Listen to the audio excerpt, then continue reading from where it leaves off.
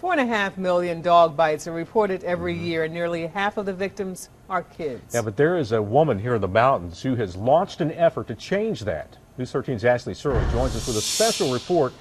Those are some pretty scary numbers, Ashley. They really are. Millions of people are bitten every year, and millions of dogs are euthanized every year, according to the National Humane Society.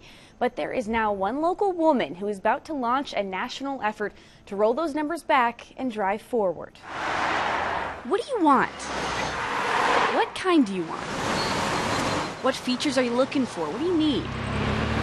Most people come in kind of have their heart set on either an SUV or a two-door car or a four-door car. When you go to a dealership, the salesman will meticulously match you with the perfect car. We try to match up, the best we can, what customers ask for. We try to pair perfectly with our cars, so why don't we do it with our pets?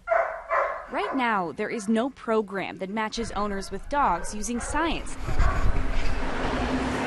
says animal behaviorist Kim Brophey. This is the ATV section, so these would be all of the bird dogs. Brophey is labeling dogs as vehicles, making it easier for people to know which dog to choose and how to steer it. My dream for this is that it's at every vet hospital, it's at every shelter. It becomes kitchen table language. Working out of her Asheville store and dog training center. So if we were, say, going to run old Chunk through the Drive app, Brophey has a smartphone app. And then we would select his ears. And a book, The Owner's Manual for the Modern Dog, coming out next year.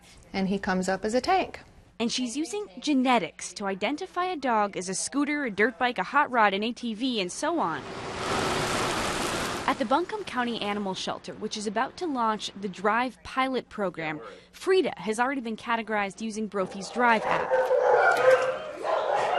She is a good example of an ATV, loves all terrains including water. ATVs are good with people, adaptable to most surroundings. But Frida growled at our camera and was nervous around our photographer. She's still an ATV, but this is where the second part of the program comes in. Well, staff reported to me that she was digging in her water bowl. Shelter staff gave Frida a second profile, which steps away from genetics and just looks at her personality, where she came from, and her habits. When Drive gets rolling here, staff will use both of her profiles and then interview potential adopters to pair Frida with an owner that has the lifestyle and personality to work with her on that fierce reaction. So just like I'm not going to take a herding dog and have a big bay window where cars drive by every day, I'm not going to take a pitty and walk it right up to another dog head on head, because that's setting them up to fail. There are no bad dogs. There are no vicious dogs. There are hardwired, very specific, developed motor patterns in response to certain conditions. Brophey says dog bites are just one of the consequences when a bad match is made, and right now they're happening all the time. And it translates into concrete numbers of dogs that are surrendered to shelters, as well as those dogs being euthanized. After 7 years in the making, Brophey's Drive is now in the fast lane with the hope of finding the perfect human match for dogs like Frida. Want a treat? Whoops. There you go. So her growl won't lead to a bite. They really need that specific home, and so it's a waiting game of finding that home.